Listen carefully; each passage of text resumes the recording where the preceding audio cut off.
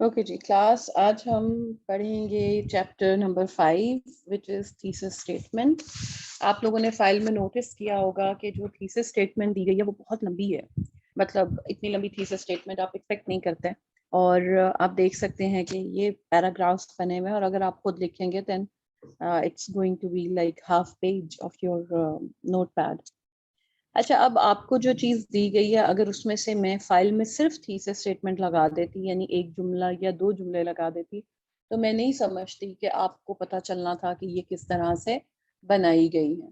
तो मैंने क्या किया कि पूरा का पूरा जो पैराग्राफ था उसी को उठा लिया ताकि आप उस पैराग्राफ को देख सकें और आपको अंदाजा हो सके कि उसमें आइडिया जो है वो किस तरह से डेवलप हुआ है। तो खाली एक चीज आपको नहीं दी गई बल्कि आपको पूरा का पूरा पैराग्राफ दिया गया है ताकि आप उसे अच्छे तरीके से रीडिंग करना है। सो हमारे पास है tolerance by E.M. Foster. The full length essay is also there in your file under the name short essay. तो वहां से आप इस स्टेटमेंट को कैसे डेवलप किया गया है। The fact is we can only love what we know personally. So somehow the writer must be talking about love in previous sentences and we cannot know much. अच्छा, आपको राइटिंग के अंदर अक्सर एंड और but से शुरू हुआ हुआ जुमला मिलेगा, लेकिन जब आप खुद लिखेंगे तो आप एंड और बट का इस्तेमाल नहीं करेंगे।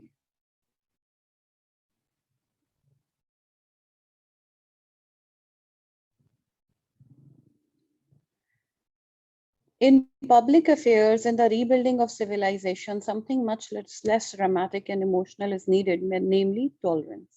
वो कहता है कि पब्लिक अफेयर्स में, यानी जब हम लोगों के साथ डील करते हैं, और रीबिल्डिंग ऑफ सिविलाइजेशन, जब आप उसका पूरा का पूरा ऐसे पढ़ेंगे तो आपको पता चलेगा कि सबसे पहले वो बात करता है रिकंस्ट्रक्शन ऑफ सिविलाइजेशन की। तो उसने एक पैराग्राफ लिखा कि रिकंस्ट्रक्शन करनी है सिविलाइजेशन की, रीबिल्डिंग करनी है सिविलाइजेशन की, तो हमें जो चीज चाहिए वो है राइट स्टेट ऑफ माइंड। उसके बाद वो कहता है कि ये राइट स्टेट ऑफ माइंड और जो राइट साइकोलॉजी है ये क्या है। ये कहता है कि लोगों से पूछो तो लोग कहते हैं मोहब्बत है, लेकिन मोहब्बत जो है वो प्राइवेट लाइफ में तो काम करती है, वो पर्सनल लाइफ में काम नहीं करती। तो उसने हमें मिसाल दी है, यहाँ पे लव को काउंटर किया और उसने कहा है कि रीबिल्डिंग ऑफ सिविलाइजेशन में हमें कुछ कम ड्रामेटिक और कम इमोशनल चाहिए, जिसका नाम है टॉलरेंस। अच्छा, ये उसने कह दिया कि हमें टॉलरेंस चाहिए। अब आप ये देखें कि यहाँ से वो टॉलरेंस डिफाइन कर रहा है। Tolerance is a very dull virtue, it is boring, unlike love it has always had a bad press. इसकी शोहरत भी खराब है, इट इज नेगेटिव, ये कोई अच्छी चीज नहीं समझी जाती। It merely means putting up with people, being able to stand things. तो इसका मतलब ये है कि लोगों को बर्दाश्त करना, चीजों को स्टैंड करना। No one has ever written an ode to tolerance or raised a statue to her. Yet, this is the quality which will be most needed after the war. तो वो कहता है कि किसी ने और नहीं लिखी टॉलरेंस को, किसी ने स्टैचू नहीं खड़ा किया, लेकिन वॉर के बाद, ये वॉर कौन सी है, वो बात कर रहा है जंग अजीम की। This is the sound state of mind which we are looking for.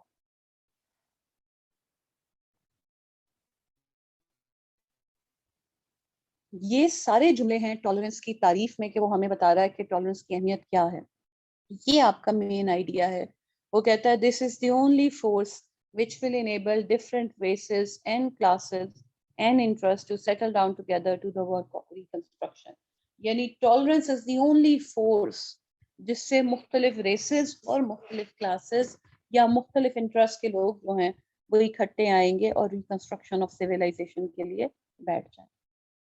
The philosophy of education, अब आप देखें कि ये अगली शुरू हो गई, लेकिन आपको पिछले पैराग्राफ में ये बात क्लियर हो गई है कि टॉलरेंस की अहमियत क्या है।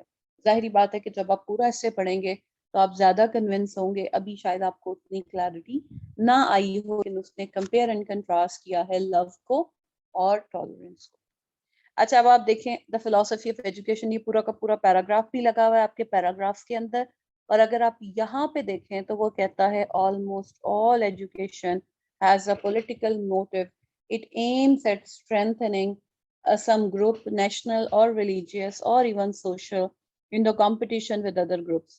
It is this motive in the main which determines the subjects taught, the knowledge which is offered, and the knowledge which is withheld. अब उसने हमें एक बुनियादी बात ये कही कि almost all education हर तरह की जो एजुकेशन है it has a political motive. तो तालीम जो है उसका कोई ना कोई पॉलिटिकल मोटिव होता है, कोई चीज उसके पीछे कार फरमा होती है।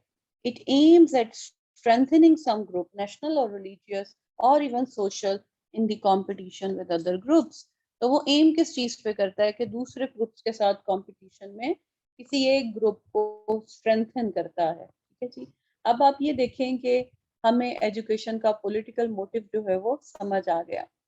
So it is this motive, again वो एजुकेशन के मोटिव की बात कर रहा है।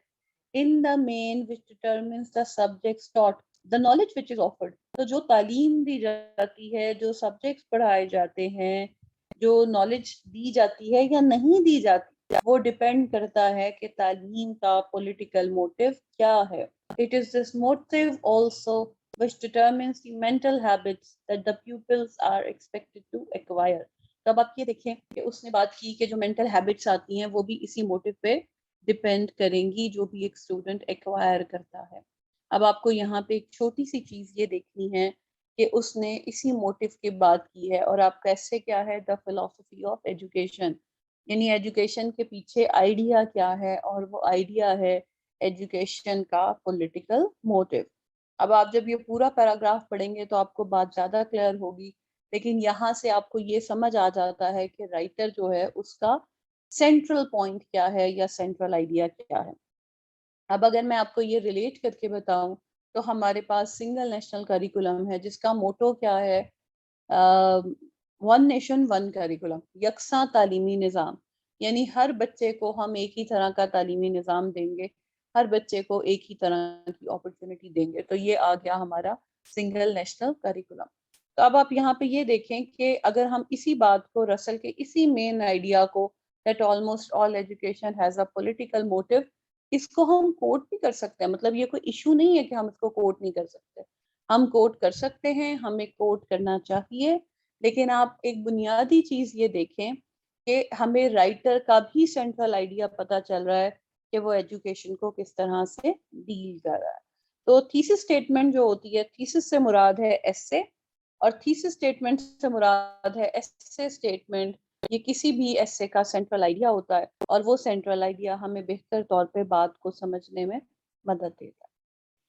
अच्छा, अब ये ऑन एजुकेशन है बाय विल ड्यूरेंट। वो कहता है दैट एजुकेशन, वो तालीम, is of most worth which opens to the body and the soul, to the citizen and the state, the fullest possibilities of their harmonious life। वो तालीम अच्छी है जो जिस्म और रूह में, जो शहरी और रियासत में उनकी जो फुलेस्ट पॉसिबिलिटीज हैं कि वो एक हारमोनियस जिंदगी गुजार सकें, एक दूसरे के साथ विदाउट एनी कॉन्फ्लिक्ट जिंदगी गुजार सकें, उसके ऑप्शंस खोल देती है। और साथ ही वो कहता है three basic goods to determine education and define its goal. तो तीन अच्छाइयां हैं या तीन फायदे हैं जो एजुकेशन का गोल डिटरमिन करते हैं और डिफाइन करते हैं। First, the control of life through health, character, intelligence, and technology. Second, the enjoyment of life through friendship, nature, literature, and art. And third, the understanding of life through history, science, religion, and philosophy. So, हमारा main idea क्या है? That education is of most worth, which opens to the body and soul, to the citizen and the state, the fullest possibilities of the harmonious life। यानी रूह और जिस्म के दरमियान में कोई फर्क ना हो, रियासत और शहरी के दरमियान में कोई फर्क ना हो, दोनों के भले की चीज जो है वो एक ही हो। यानी आप ये देखिए ना कि हम तालीम हासिल करते हैं, मैं आपसे अभी कहूँ कि आप इंग्लिश की तालीम हासिल कर रहे हैं, ये इबादत है, तो आप सोचेंगे कि मिस, ये मिस ने कैसी बात कर दी।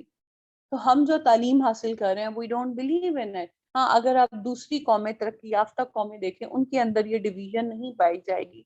दे believe in what they are being taught. तो हमारी जो रूह और जिस्म में ये एक फर्क पाया जाता है क्योंकि हम इस तालीम के अंदर मजहबी तालीम शामिल नहीं है।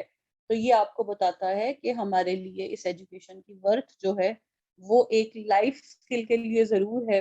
वो इसलिए जरूर है कि हमें नौकरी मिल जाए, लेकिन इससे ज्यादा नहीं है। और फिर उसने हमें तीन प्रोसेसेस भी बताए हैं जो कि एजुकेशन में पाए जाते हैं: control of life, enjoyment of life और अंडरस्टैंडिंग ऑफ लाइफ।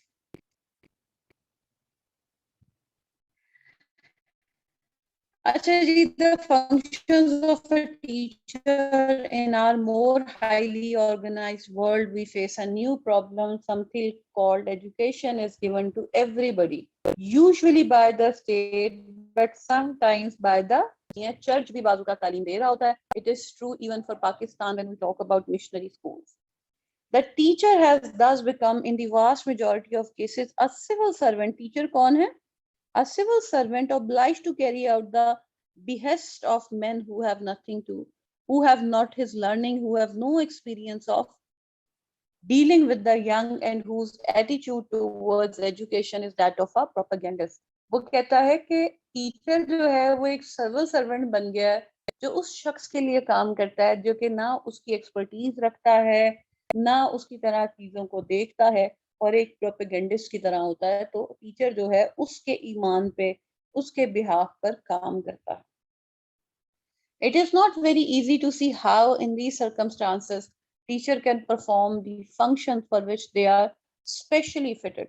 यानी टीचर को जिस मकसद के लिए रखा जाता है या जिस काम के लिए टीचर मोस्ट सूटेबल है, यानी कि तालीम व तदरीस का और किसी की प्रॉपर उसकी नरिशमेंट करना या उसकी ट्रेनिंग करना, वो कहता है ये समझ नहीं आता कि टीचर जो है वो ये काम कैसे करेगा. सो आप जब पूरा ऐसे पढ़ेंगे ना, बाजू तक ये होता है आप ऐसे पढ़ते जाते हैं, आप कहते हैं कहना क्या चाह रहा है, इसका मेन आइडिया क्या है. तो यहाँ पे आपको वो समझ आएगा कि ये वो एक दो लाइनें हैं जो आपको ये बताती हैं कि भाई राइटर का जो मेन आइडिया है या ऐसे लिखने का मकसद ये है. तो यहाँ पे फंक्शंस ऑफ अ टीचर जो है वो सिविल सर्वेंट के रह जाते हैं, जबकि टीचर जो है वो उससे ज्यादा बड़ी अथॉरिटी है. फिर हमारे पास एक रसल का एस्से बहुत मशहूर, ideas that have helped Mankind. All these different elements must be borne in mind in choosing what ideas have done most to help mankind. अब जो उसने पहले आइडियाज दिए थे वो उन्हीं की बात कर रहा है कि आपको उनको जहन में रखना है ताकि आप डिसाइड कर सकें कि कौन से आइडियाज हैं जिसने इंसान की मैक्सिमम मदद की है. The ideas with which we shall be concerned may be broadly divided into two kinds: those that contribute to knowledge and technique, and those that are concerned with morals and politics. अब आप देखें कि उसने हमें पहले कुछ फायदे बताए होंगे जो कि हमें इन आइडियाज से या इंसानी जो सोच है उससे हासिल हुए हैं, और अब वो हमें कहता है कि हम ब्रॉडली डिवाइड कर सकते हैं उन आइडियाज को जिनसे इंसान को फायदा हुआ है दो हिस्सों में: वो जिन्होंने नॉलेज और टेक्निक में इजाफा किया और वो जिन्होंने मॉरल और पॉलिटिक्स में इजाफा किया. अब आप ये देखें कि दो तरह की उसने हमें डिवीजन दे दी. अब हमें यहाँ पे वो एक्सप्लेन नहीं करेगा, एक्सप्लेन वो हमें आगे जाके करेगा, लेकिन यहाँ पर हमें एक आइडिया मिल गया और साथ ही preview. I will treat first those that have to do with knowledge and technique. यानी साथ ही उसने हमें प्रीव्यू दे दिया कि पहले वो नॉलेज और टेक्निक की बात करेगा, उसके बाद वो बात करेगा पॉलिटिक्स की और मॉरल्स की. तो ऐसे जो होता है, ऐसे राइटिंग होती है, उसमें राइटर बहुत सारे काम कर रहा होता है. वो हमें अपना मेन आइडिया भी दे रहा होता है, वो हमें अपने ऐसे का स्ट्रक्चर भी बता रहा होता है, और कहीं पे देखें यहाँ पे उसने एक जनरल बात की. उसने कहा मैं पहले वो आइडिया बताऊंगा जो नॉलेज और टेक्निक के बारे में. उसने हमें आइडिया नहीं दिया, उसने कहा पहले बताऊंगा वो जिनका इनके साथ ताल्लुक है. तो आप ये देखें कि उसने हमें डायरेक्टली जो आइडिया है वो नहीं दिया, ठीक है, उसने हमें सिर्फ रिफर किया. तो बाजुकात हमारी जो थीसिस स्टेटमेंट होती है, जैसे मैंने आपको लेक्चर में भी बताया, वो डायरेक्ट होती है और बाजुकात वो इनडायरेक्ट होती है. डायरेक्ट से मुराद ये होता है कि वो बता देता है, जैसे उसने यहाँ पे कहा ना कि उस्ताद जो है वो बन जाता है एक सिविल सर्वेंट. उस शख्स के काम पे उस शख्स के बिहाफ पे वो काम कर रहा होता है जिसको ना कि उसकी तरह का एक्सपीरियंस है, ना उसकी तरह वो ट्रेंड है, ना उसकी तरह की उसकी कोई एक्सपेक्टेशंस है. वो उस शख्स के बिहाफ पर काम करता है. तो उसने हमें क्लैरिफाई कर दी. यहाँ पे भी उसने हमें क्लैरिफाई कर दिया कि एजुकेशन तो वो अच्छी है जो बॉडी और सोल, सिटीजन और स्टेट के दरमियान में एक हारमोनियस लाइफ पैदा करती है. इधर उसने हमें कह दिया तमाम एजुकेशन का पॉलिटिकल मोटिव है. यहाँ पे वो हमें कह रहा है कि टॉलरेंस वो विर्चू है जो कि हमें चाहिए at the end of war. तो the writer has been very clear. लेकिन यहाँ पर वो हमें ये नहीं बताता कि आइडियाज क्या हैं, बल्कि वो कहता है कि मैं जो हूँ उनको दो तरह से डिवाइड कर सकते हैं: वो वाले आइडियाज जो कि नॉलेज और टेक्निक के साथ ताल्लुक रखते हैं, और दूसरे वो आइडियाज जो मॉरल्स और पॉलिटिक्स के साथ ताल्लुक रखते हैं. अब उसने आगे हमें गिनवाया नहीं है, उसने बात यहाँ पे रिफर करके खत्म कर दी. तो ये हमारे पास इनडायरेक्ट थीसिस स्टेटमेंट है. As this illustration shows, it is now man that is man's worst enemy. Nature, it is to still see to it that we are mortal, but with the progress in medicine, it will become more and more common for people to live until they have had their fill of life.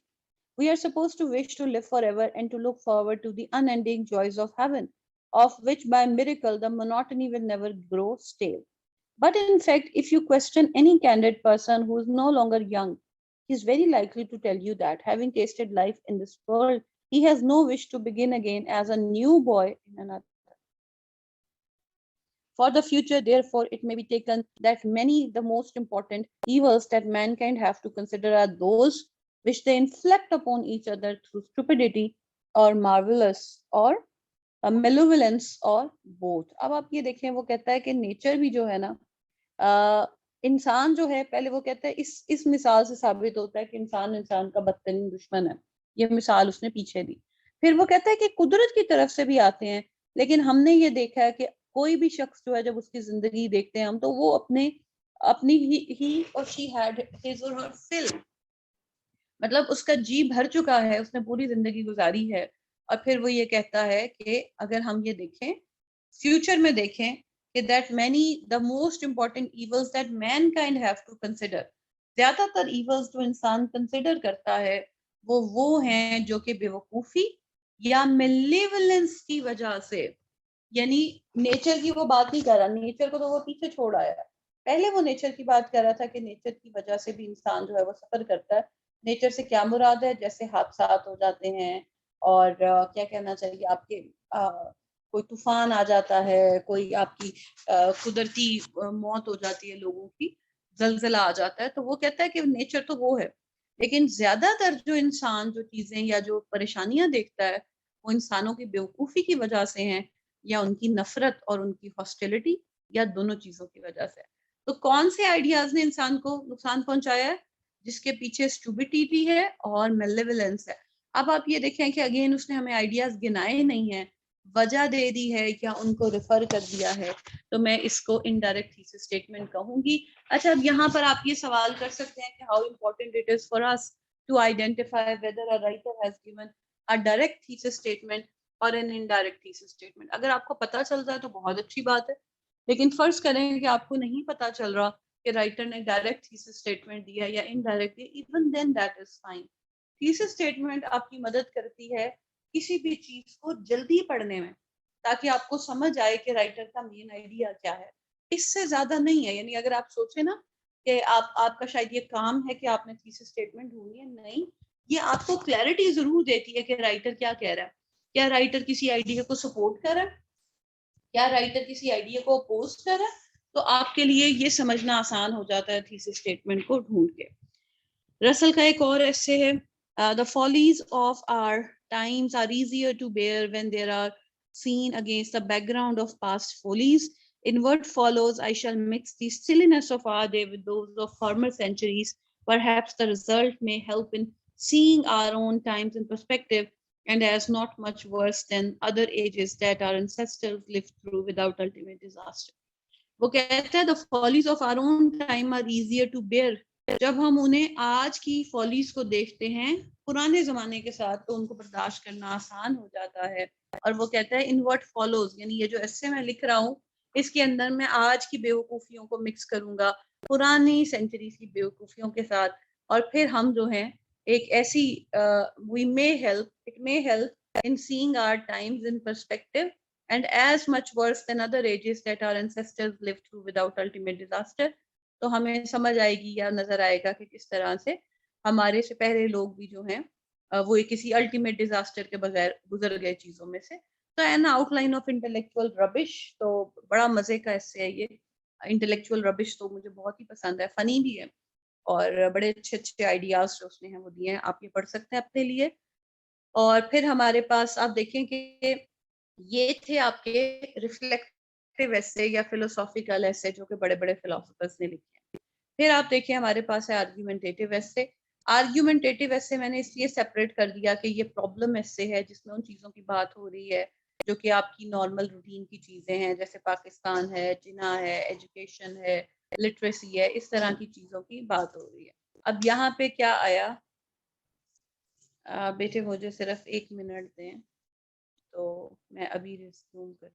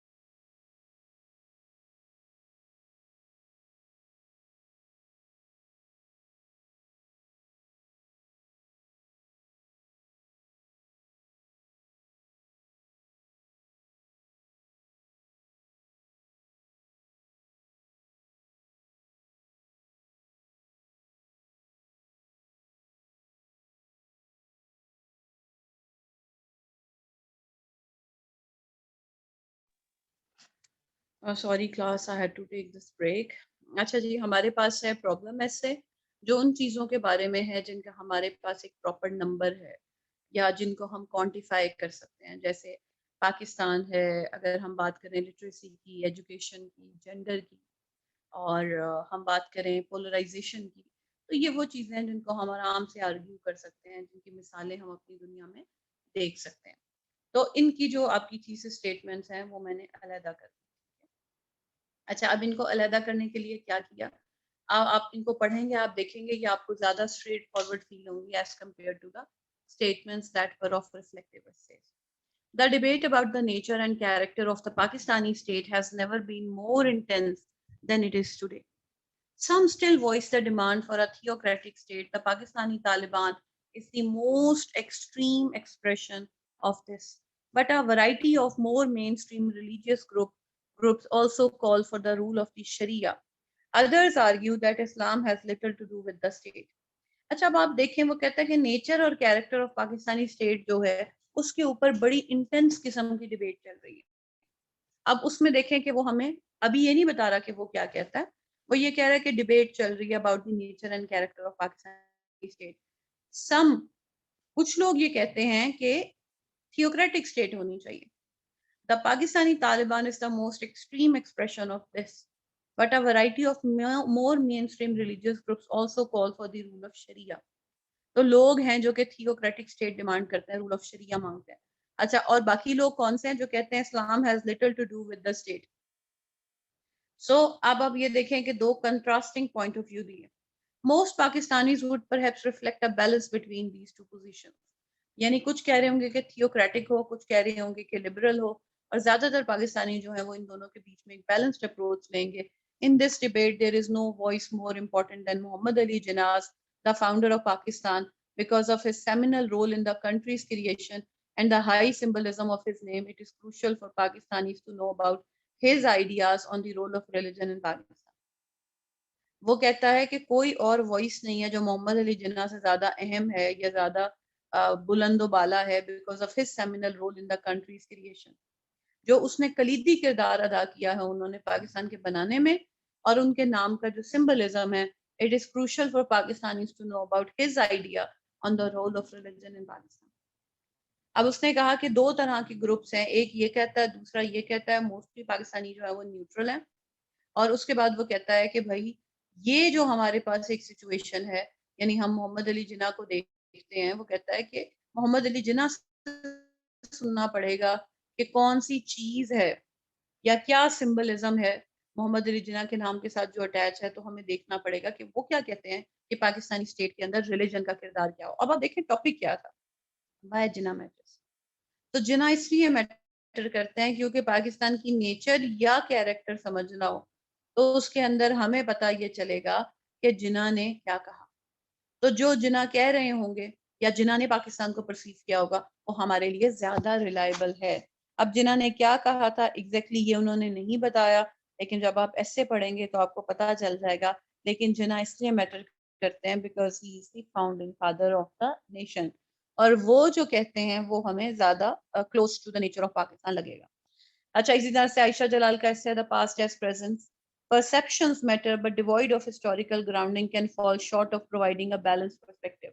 Grasping the reasons for the Pakistani tendency for paranoia and violence requires assessing its troubling present in the light of a troubled past.